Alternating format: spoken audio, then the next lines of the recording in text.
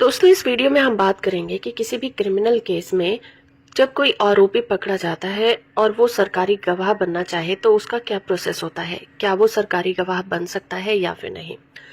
Criminal case में एक आरोपी को सरकारी गवाह बनने की इजाजत तब दी जाती है जब कोर्ट और जांच एजेंसियों को मामले से रिलेटेड जो महत्वपूर्ण जानकारियां होती हैं या सबूत होते हैं वो नहीं मिल पाते हैं या फिर तैयार करने होते हैं।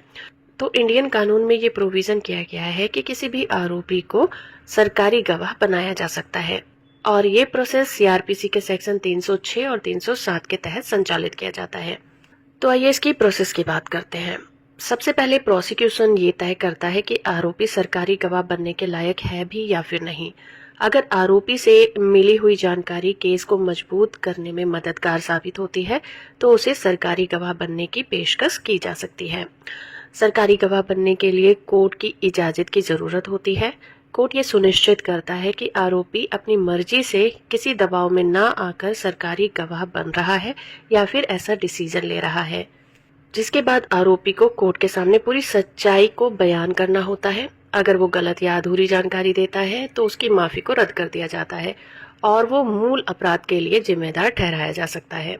सरकारी गवाह बनने के बदले में आरोपी को अपराध की गंभीरता के आधार पर माफी दी जाती है या फिर उसकी सजा को कम कर दिया जाता है।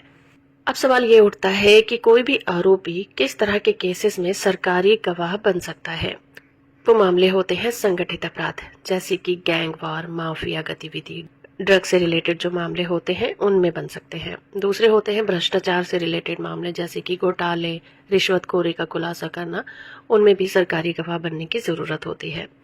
और दूसरे मामले होते हैं आतंकवाद या फिर देशद्रोह से रिलेटेड मामले, जहां पर आरोपी से प्राप्त जानकारी से देश के खिलाफ साजिशों का खुलासा हो सकता है।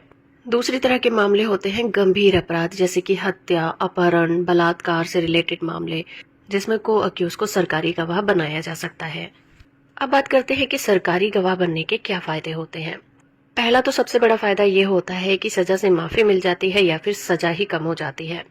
दूसरा है कि अगर आरोपी की गवाही से उसकी जान को खतरा हो सकता है तो उसे सुरक्षा भी प्रदान की जाती है। तीसरा ये कि आरोपी का सरकारी गवाह बनना उसे दोबारा समाज में स्थापित करने में मदद भी करता है।